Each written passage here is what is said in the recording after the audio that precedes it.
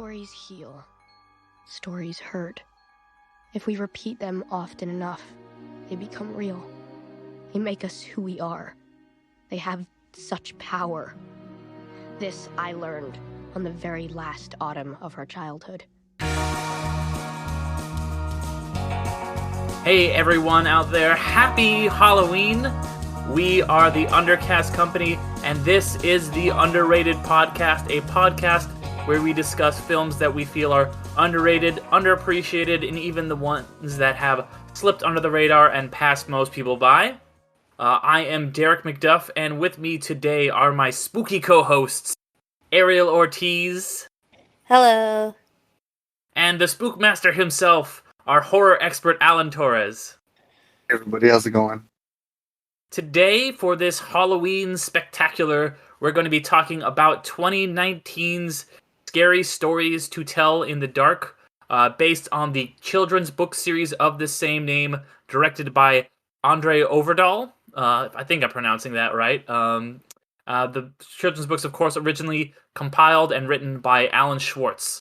So this is a movie, like I said, that came out in 2019, a Halloween film, but it's kind of based on an anthology of different stories, but in this film they are kind of telling a coherent narrative. Yeah, let me look this. It did not great at the box office. It was produced by Guillermo del Toro, which was kind of one of the big draws. Did okay at the box office, like I said, $106 million, which is not going to set the world on fire, but okay. Did okay. Same with the critical response. Got 78%. So, all right. But it was just kind of a movie that came out and then pretty much everybody instantly forgot about. There was, it seemed like they were maybe gonna build towards a sequel, but there has not really been any buzz about that. Yeah, it's still saying it's in pre-production, so there's still hope, but we'll hopefully see. Yeah. But this was my pick for this week. For Halloween, it was my turn to pick a spooky movie. But what did you guys think of the film? I enjoyed it. It definitely was creepy, spooky, um, scary. Scary stories to tell in the dark. Kind of with my history on that is very much like I, for the most part, I'm very scared of it. They do freak me out. There was a time where I was like not freaked out too much. I think like when I was a little bit younger, and then like it going back and reading them, they started to freak me out a lot. And yeah, it definitely contributes to like, or one of the contributions to that is the um illustrations that are in the books. And that's those what this charcoal movie. drawings are so Yeah. creepy. Yeah, and then this movie kind of definitely captured those and was paid homage to those very well. Like the Pale Woman is one from the book itself. The Scarecrow too, Harold is part of the like essentially all of these are a part of the Scary Story book. And yeah, just like so freaky and like I would look forward to another one, especially with that cliffhanger that they kind of left.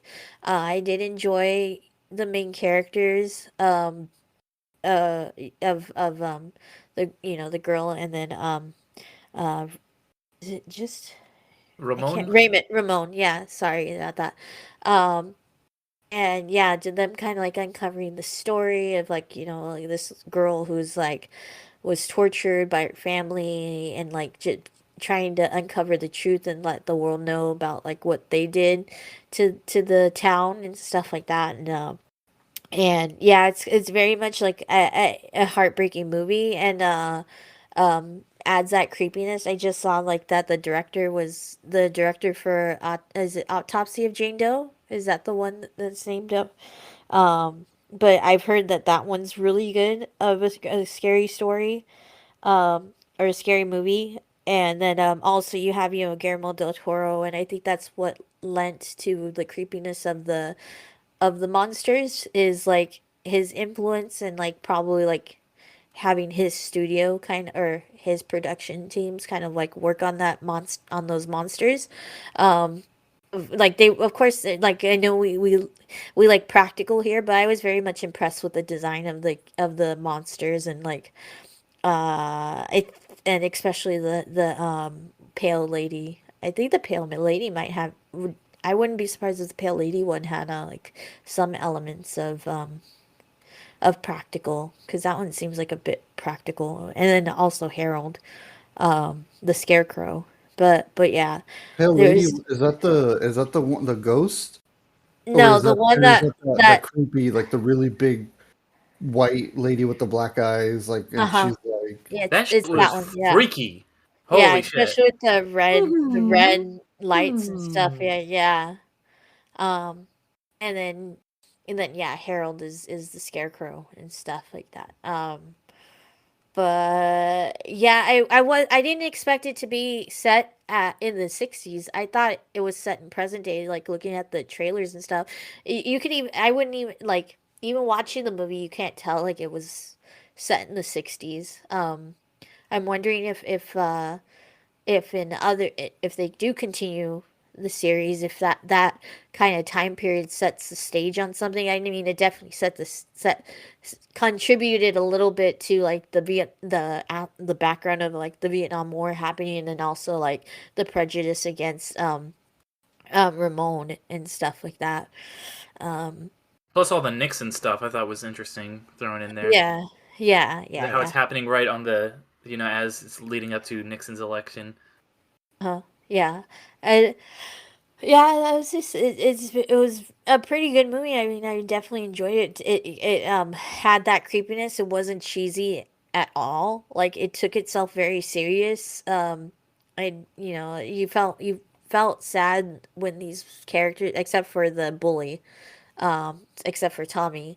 But with the friends, you felt sad that like this happened to them, like um and yeah, I just like really hope for a second one to come out. Yeah. well, I dug it. I thought it was a really good version of like adapting a book with that kind of style. I really dug it, especially like the art direction with like the monsters. I thought that was great. Um, I will say, like, there's movies like VHS or like ABCs of Death and all that, where they kind of do. Well, I don't know about ABCs of Death, but I know VHS, and like there's another anthology movie where they kind of do like the stories, like there's a wraparound story that brings those stories together, and I like that with this one. I thought that's what they were gonna do, was they were gonna do something like that. But what I like with this one then is instead they tried making a story that connects all of them instead of just having like a wraparound story, which I really dug. I mean, it works really well for VHS, and I think it's like the Mortuary Collection or something like that. It's on Shutter. Um, and I dug that a lot. The one thing I kind of didn't care for too much was like the film's main story. Even though like I liked what they were doing, I thought it was like, I'm not gonna lie, there were so many times where I was like, wait, what's going on? Because like the main story gets kind of like kind of takes a back seat where you get to see all the cool, stories from the books appear. Like you get like the Pale Lady, you get the Ramon's like Give me monster. my toe. Yeah, and Oh, then the toe do stuff, and then tie the face wa. spider. Yeah. Like I feel like you're kind of looking for that. Like you're like excited for those stories because you kind of want to see those be adapted. So I think because this is the second time I saw it twice, and still like I don't know what it is, but I feel like you're just so excited for those stories and like seeing the monsters and seeing like the charcoal designs kind of come to life, kind of steal from the main plot. Because like I like the characters, but I remember there were so many times where like I'm just so in awe of like how hard they're pushing the PG-13 rating and how well they're doing like the monsters and like the scary suspenseful scenes where I'm just like, oh my god, this is great, and then they go back to what's going on, and I'm like, wait, what was happening again?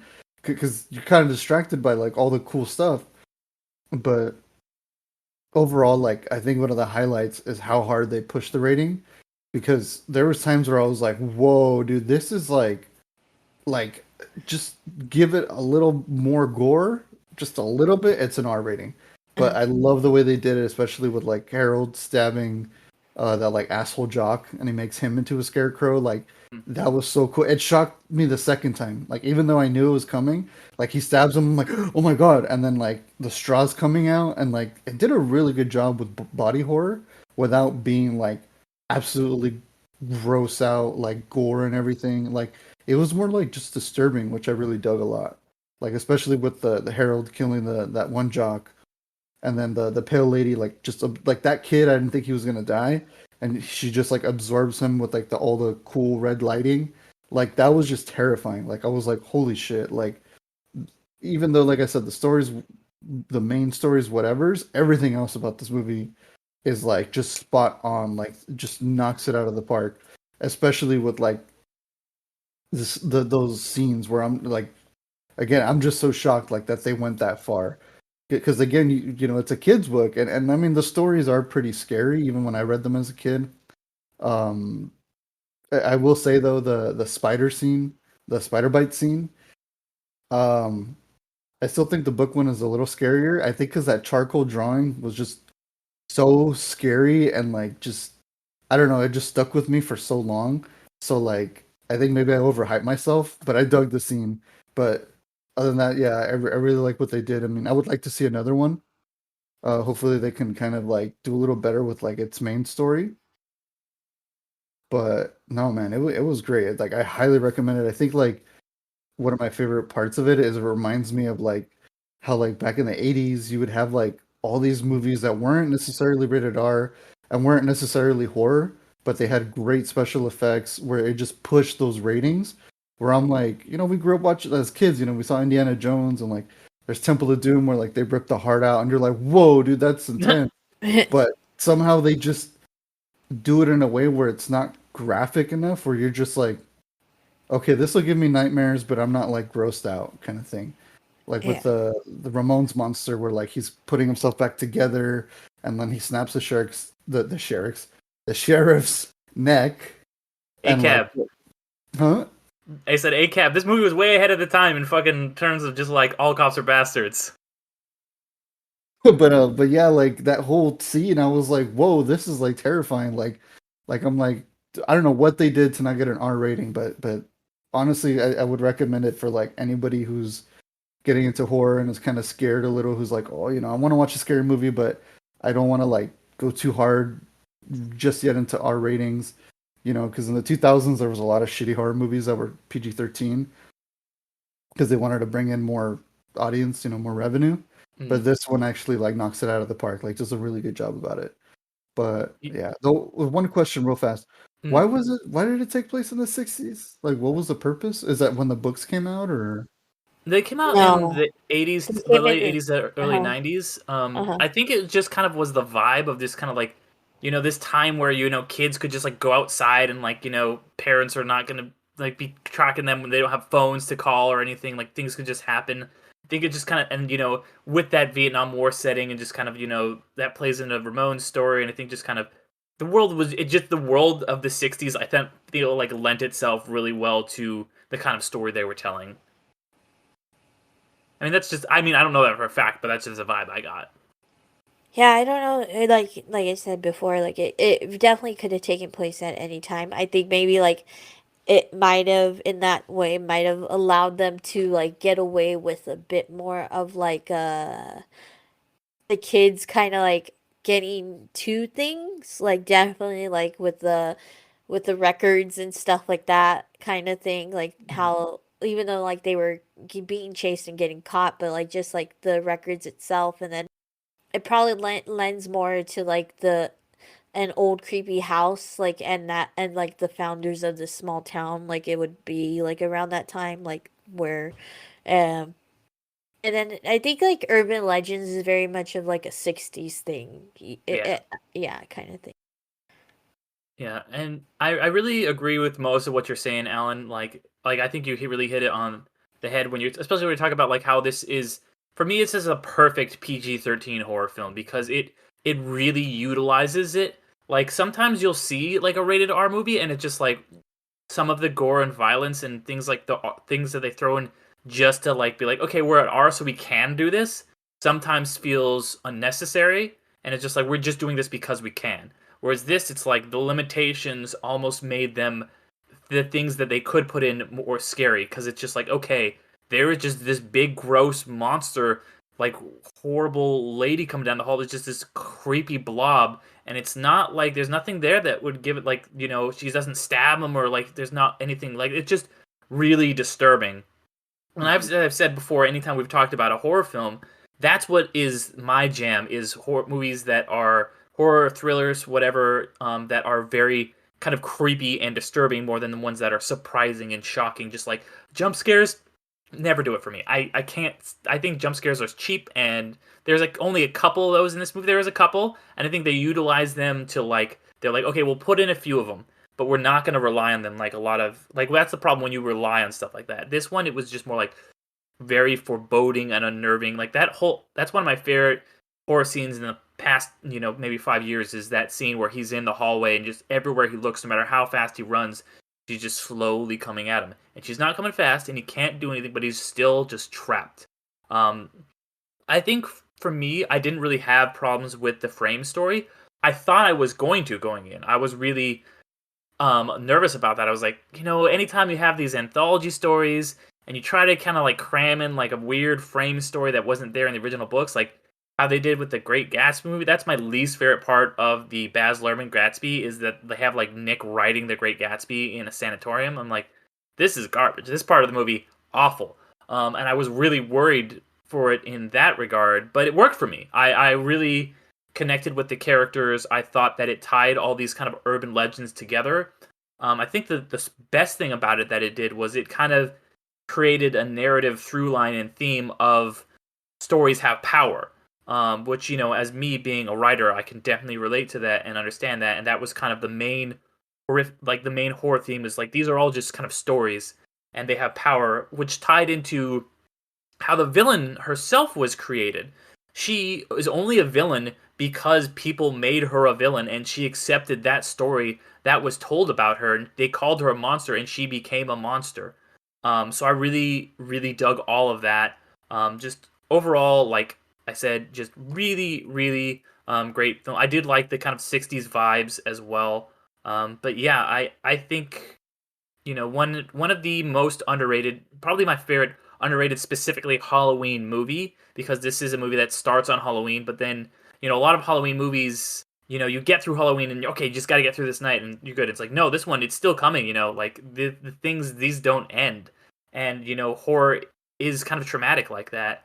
I also liked, just kind of a stray observation here, but that they are able to kind of like prevent the monster, like the stories from happening a little bit. You see, they save the sister. She does still get like her face exploded with spiders and stuff, which is a creepy scene too, by the way. But like, it's like, okay, like maybe we can fight back in this. There's not this feeling of inevitability of just kind of like, sometimes when that, that happens like in a movie and you just see everyone kind of get slowly picked off, you're like, okay, how's the next person gonna die? But this one, like, you start to believe they've got a chance to win here in the end, and I really dug that. But yeah, I agree with that. I like where like horror's kind of going as of late, especially with like including like I mean all previous horror movies like slasher movies and stuff from the 80s and 90s. That they would have teenagers, quotation marks flying up, but you could tell they're like people that are like in their 20s, even maybe our age. yeah, And you're just kind of like you're okay with seeing them die. Like you're like they look pretty old. They don't look like high schoolers. But what I'm really liking, and I think it's a big influence from Stranger Things, is actually using actors that are that age, yeah, and actually makes it scarier. Like I don't know if you guys saw I haven't seen the third one, but I saw the first two Fear Street movies. I yeah, absolutely loved the first one, and what made that one really scary and a really great like slasher flick was that the actors looked very young. Like there's a scene where this girl she gets torn up pretty fucked up. Like it was a really great scene where I was like, "Holy shit, I didn't think that was going to happen." 'Cause she looked like 14, 15 years old.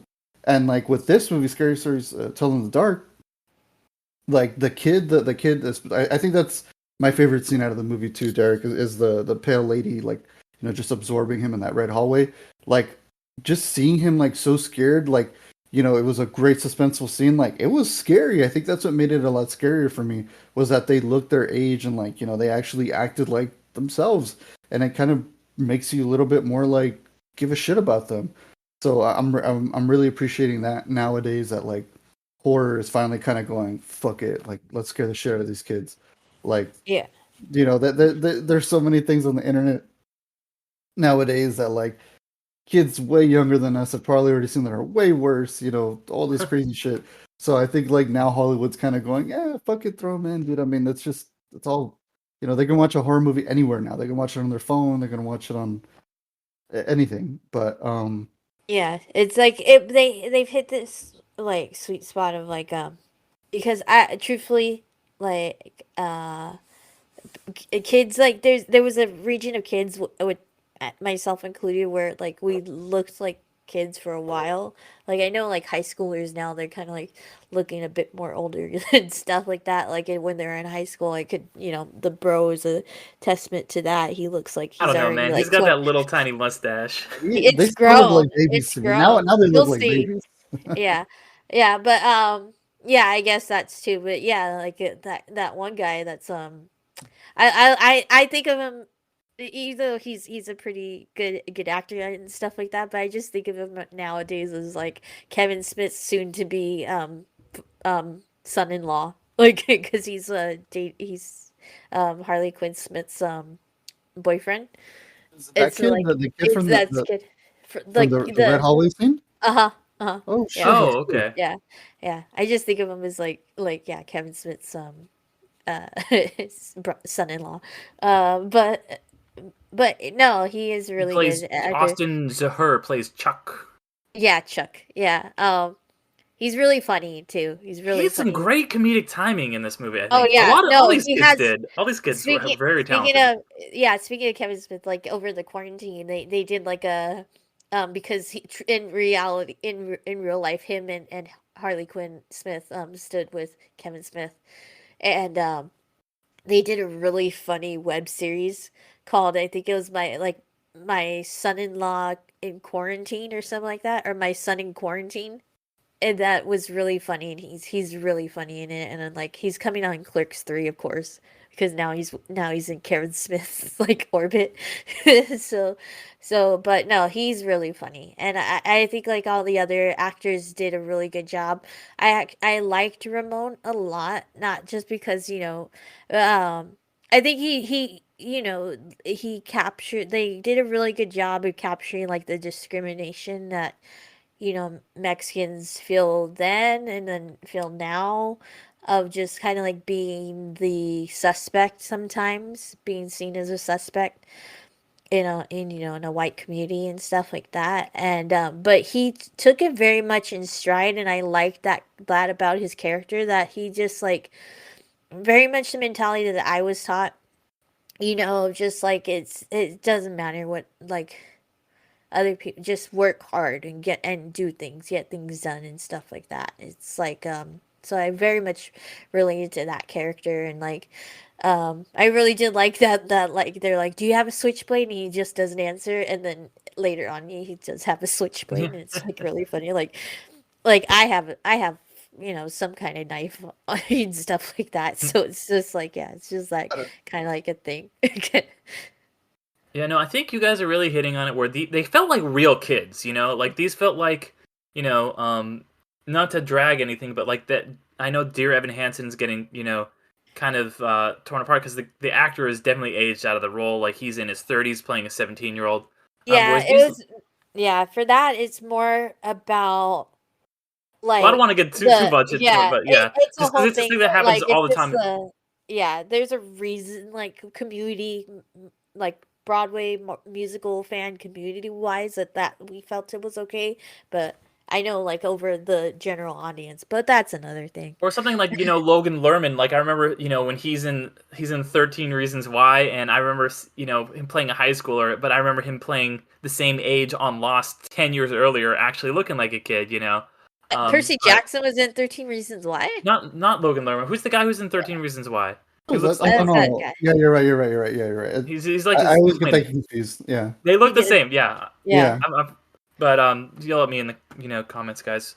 But like I heard this, 13 Reasons Why is like fucking graphic. I thought it was just some like teeny Netflix series. I mean, not to change No, the they subject, but they've like gotten yeah, in trouble to like that because I don't know if you don't know the background of 13 Reasons Why, but it's like the one it's girl fucked up. kills Yeah, herself my and girlfriend that she was telling me about it. Yeah. Oh, go but ahead. yeah, Sorry. but yeah. that whole scene is like unnecessarily graphic. Like in the I haven't finished the book, but like I We'll think get I it off heard, topic. but yeah, Well, I was just I won't relating bring up any to more teenagers and yeah. shows. I was just relating it because like the actors are young, and with 13 Yeah. Reasons Why being so graphic as it is, I was like, I think that's probably what pushed it as well for like people to really be emotionally invested in, especially with this movie, just like it, Annie Muschietti's It movies and Stranger Things, and with this as well, and Fear Street. I feel like now the whole point is that Hollywood's going, hey, now let's actually use actors their age and who are young because it just hits harder. It just honestly hits harder when you see like these young kids dying. Like you're like, holy shit! Like damn, that's Yeah, and really scary. that's exactly the point I was about to make is like like these they feel like actual kids who kind of are you know they don't really understand like they're figuring themselves out still they're like I thought Augie for me was just like the MVP like he does feel like this awkward kid like I love how they're like Augie you've got a crush on every girl like he's just like this dorky like middle school kid and I thought he was really funny but just kind of just like how he's that one kind of kid like who just everybody kind of like nobody laughs at him but you're like you're actually kind of hilarious. But I really liked all that stuff but yeah oh and I wanted to say unrelated to that not necessarily related to that but did you guys catch that it's kind of implied that some of the monsters are her family members like they like Harold is what her brother. Like that is oh, like because when you have the flashback and she's uh-huh. talking to her different family members, she said like someone says Harold, go tie her up or something. So it's kind of implied that like all the monsters that you Oh, see are the family members of oh my gosh why I was about to call her Sarah. Sarah Fear. Okay, Oh, yeah, Sarah. It's Sarah. Yeah. yeah, the Bellows family, Sarah Bellows. But yeah, I thought that was pretty interesting. Holy crap! No, I didn't Oh even yeah, catch I didn't that. notice that one. I Yeah. think it's because mentally, like when I would see the monsters, I just like gravitated towards the book. So I was just like, oh, it's that one. Yeah, and the thing is, I never really read the books. I did a little bit, but they weren't like they didn't really do it for me. Like I wasn't really like that scared by them for whatever reason. So I was like, okay, I was a little skeptical going into this, but like this movie really did it for me. Um, so I I thought it think was a us really as good Mexicans, we're adaptation. very superstitial. Like I don't know about, and we've talked about this before on the podcast. So Mhm. like we're just taught superstition at an early age.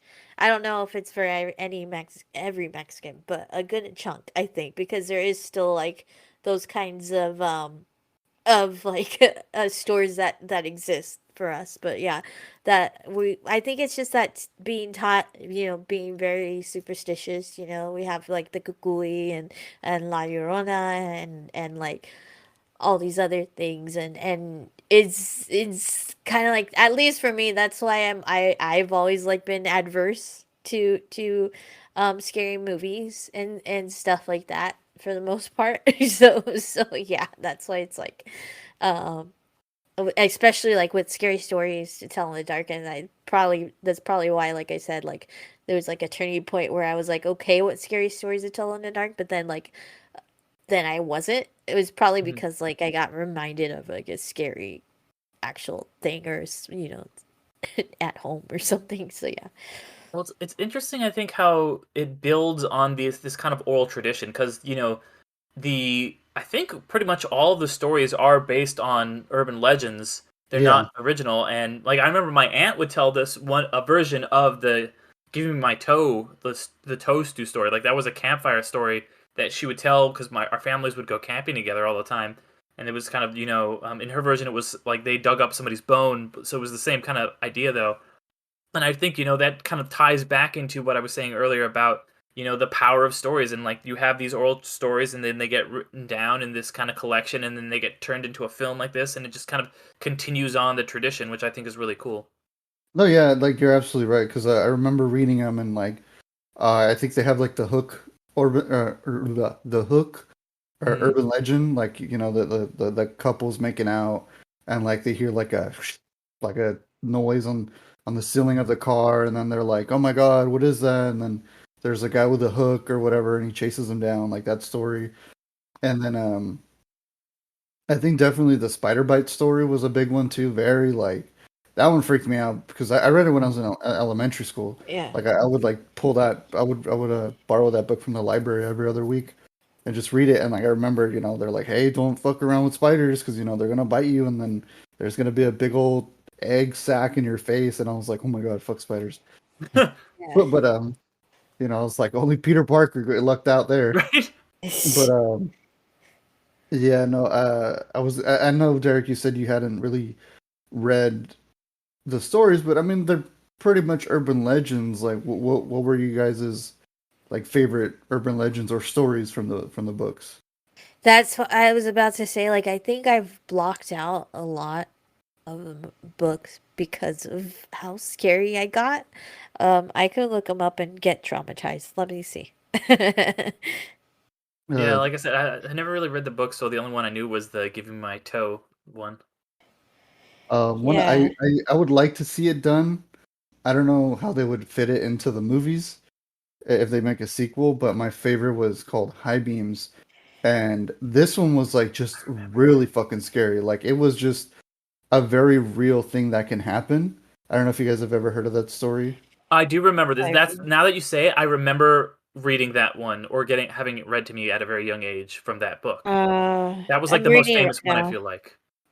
Yeah, probably that one and like the That scarecrow one, one. oh shit. I remember that one. That one is terrifying because it's so real. And I remember, I don't know if you guys like growing up in the '90s, your parents would be like, "Hey, don't play outside too late. Come home by like 7, or only play in the front yard or something." Like my parents were very Oh like, yeah. Don't go anywhere." Like maybe every year I got older, they're like, "Okay, you can go a couple houses down. Okay, maybe you can go down the street, but you can't go anywhere. Like you can't go around the block." And then it was stuff like that. And like for the listeners who don't know, high beams, real quick, the story is that this woman, she's driving home from work and there's a car following her and he keeps flashing his high beams at her and she's just like, holy shit. So she kind of starts freaking out. She's going, oh my god, what's going on? Some guy's following me. And like, he's following her for a long time and he keeps flashing his high beams at her and she's freaking out. And then finally she gets home and she runs inside the house. The car is still outside waiting and she calls the cops. And then the cops roll up and they go, "Hey, what the fuck's going on?" And she goes, "That guy's been following me. I think he wants to kill me." And then they get the car, they get the other driver, and they go, "What the fuck's going on?" He's like, there's a killer in the back of her car." And they go, "What the fuck?" So they go check, and lo and behold, there was like they change it up all the time. There was a serial killer, an escaped convict, a gangster, whatever. And they go, "Holy shit!" And they go, "Well, why do you follow her?" And they're like, "Oh, every time I flash my high beams, that's when he was about to stab her or he was gonna kill her. So I would flash my high beams to freak him out so he'd go back down." And that's the whole story. So relating to like growing up in the '90s is that not until I was a little older in the '70s and '80s that was something that was very very real, and my parents didn't really tell me. But after a while asking them, I go, "Why the hell were you guys so strict?" And they're like, "Oh, dude, somebody was fucking getting killed by a serial killer every other day. Somebody's hiding in the car. Somebody's hiding in their house. Richard Ramirez and all that stuff was running around in the '80s." So that just made that story super real and more like, holy shit! Now every time I get in my car, I check my back seat, or if I see somebody's high beams go off, I immediately like turn around. But that's always been my favorite, and I would always love to see that one because that one's it's just scary and very, very real. So I Yeah. would like to see that done. Yeah, I don't know if they did it in Scary Stories to Tell in the Dark, but or if it's just like a urban legend, but always that the girl with the collar. I think it's called the collar or something like that. But yeah, essentially like this woman who always wears a collar around her neck and like essentially like she would never take it off like and then she Oh gets yeah. married and then she gets married and then her you know she's like I think she's like okay I'll take it off and something like that and then she takes it off and her head rolls off like because it's like My God, yeah, I fucking yeah yeah. That one, I that one remember is that yeah, that's shit. in it. That one and then she, always yeah scared me. That one uh-huh scared me. There was I just lost it. There was another one. You reminded me of it when you said the wedding. It was this girl. She was it was a Halloween night, which I'm surprised they didn't do it in this one because it took place on Halloween. But like maybe it just didn't fit in the story. yeah But I think the essentially, all these Halloween of this movie set made the setup so like yeah but go on Mhm. But this one was like I can't remember what it was called, but essentially this girl or all these people go out and hang out on Halloween night at a graveyard and they're getting drunk, doing teenager shit, and so everyone's kind of leaving the graveyard one by one. They're like, all right, you know what, I'm gonna call it a night. I'm done, and I think they dared the girl. She was wearing like a wedding dress or something, and they tell her a story of like, oh yeah, this guy's like wife died or something like on their wedding day, or again, it's an urban legend, so they change the story little by little. And she's like, okay, whatever, you guys are scaring me. And then finally, when it's time to leave, I think she stayed last, and she's hanging out on this grave, and then finally, like, because it's dark, something she gets up to leave and like something grabs her dress and she's like, oh my God, it's the fucking guy. Like she starts freaking out and like trying to escape and she's trying to run away, but like she can't like she feels like something's gripping her dress and she's freaking out. She's like, oh my God, like something's tugging at me, and she just fucking dies. Like she just straight up just dies of fright because she was so terrified. And then the next day, like the graveskeeper comes in and he finds her, and there was just like a vine or something sticking out of the ground that her dress got caught on. And I feel like it's one of those things again, like it relates to stories, how powerful they are, that these kids were telling her the scary story on Halloween night, and she thought it was that. She thought like, oh my God, the dead have risen, and they're grabbing on her dress and they're trying to pull her into the grave, and then ultimately it was just all the story. She just scared herself to death. Yeah. Yeah. Yeah. At my orientation of college, they told scary stories, and because they told this one scary story that they like scared us all because like somebody at the end like knocked at the door or some or the window or something like that. It caused like all of us to not sleep. So that whole night. So Oh, it's man. like yeah. Yeah. I just remember when I was watching Final Destination 1 back in the day on like a VHS tape or something. And I had this like lamp on the top of my desk. And like for anybody who hasn't seen Final Destination, like it's all about like death is coming for you and like a little thing will happen and then a Rube Goldberg machine will come and chop your head off somehow. But like my cat, fuck, I'm watching the movie and my fucking cat tries to go up the dresser. She doesn't make it all the way up and she knocks off the lamp, and I just like see the TV's flash, so it looks like it's gonna flicker in slow motion. It just shatters and hits the ground. I'm just waiting for like it to cause a spark, and then it's gonna light, and then my house is gonna burn down, and then I'm like something's gonna happen. It freaked me out so much just in that moment. But yeah, Have you guys ever seen the second one, Final Destination 2? I won't drive behind fucking logs on the freeway because of Yeah. that movie. No. Exactly, Yeah. exactly. To this day, I see that and I'm like, I'll merge to the next lane. I'm like, Yeah. I've Yeah, seen no, Yeah. this. Uh-huh. yeah. Oh man. But yeah, I think definitely this is a movie that I would really recommend to anybody because it is a scary movie that you can, because it's not it's not graphic and crazy and violent or anything, but it is still very very frightening. So I think that really horror fans of any age, even if you're like scared by a lot of horror movies, you're disturbed by a lot of blood, like my mom who usually doesn't listen to or doesn't watch scary movies, like I think even she could watch this. But I do think even if you are a big horror fan, you like movies that are scary, it'll still do it for you. Yeah. Yeah, definitely. Definitely recommend and I really hope that they do follow up with the next one. I mean, it is definitely I think it could still happen because like, we're not we're barely two years out. So I Mhm. wouldn't be surprised if they could bring it back like for a second movie. Yeah, and I like that it ends in a way that it's like you're hoping that there could be a second one. It could lead very easily to a second one.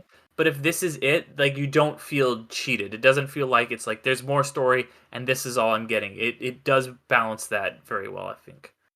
Yeah, because I guess like it's the way like now that they got solved the backstory of this one, that frame story, Hmm. as you said, how they could possibly, you know, get the people that were lost, except for I think like the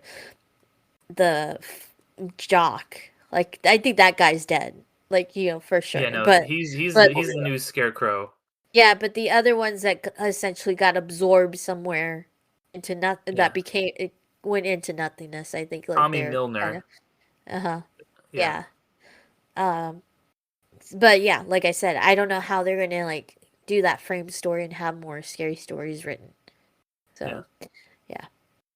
I mean, there is a possibility because like it still wasn't clear how like if there's like an element of that she learned this or if it was just out of scorn or if like I guess they could say like it's a phenomenon that happens like two people that were scorned, so they'll encounter another restless spirit, you know, that was scorned, that has their own book of stories, so that could possibly come around. But yeah, like you said, it could be satisfied. Like, okay, no, they're gonna like try to find it, and then also they could like they could still keep them aged, you know, like as many years as they can, and just write it off to like that they've been trying to do, you know, trying to find the solution for years and stuff like that. yeah. So Have Tommy come back from Vietnam or something. You know. yeah, yeah, yeah. Yeah, sweet. I mean, I definitely recommend it. So there's some horror movies that I like to call starters, like starter horror movies. You know, before you get into the big ones, and I definitely recommend this one as like a starter one that like is pretty much what you guys were saying. And you know, it's scary, but it's not gory or graphic. It's disturbing enough where you're like, okay, cool, I can dig this. You know, I feel like even some people might be able to show their kids. You know, but yeah, definitely this one I would put it in the starter kind of subgenre. Yeah, for sure. All right, well, everyone out there, thank you for listening. We hope you're having a very good Halloween. But as I said at the start, we have been the Undercast Company. You know, if you liked what you heard, we have a new episode every other Monday. So just go ahead and subscribe to us however you listen, or you know, if you're listening, you can check out the audio or the video version on YouTube, or if you're on YouTube, you know, vice versa.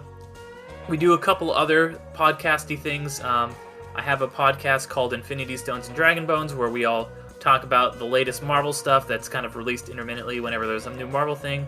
And Ariel also has a podcast that comes out the first of every month called You've Never Seen, where we talk about movies that we really should have seen at this point.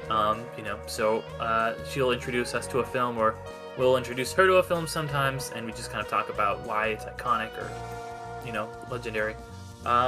But yeah, thank you everyone so much for listening, and I will see you in another life. Bye. Thanks for being amazing. Take it easy, everybody, and happy Halloween.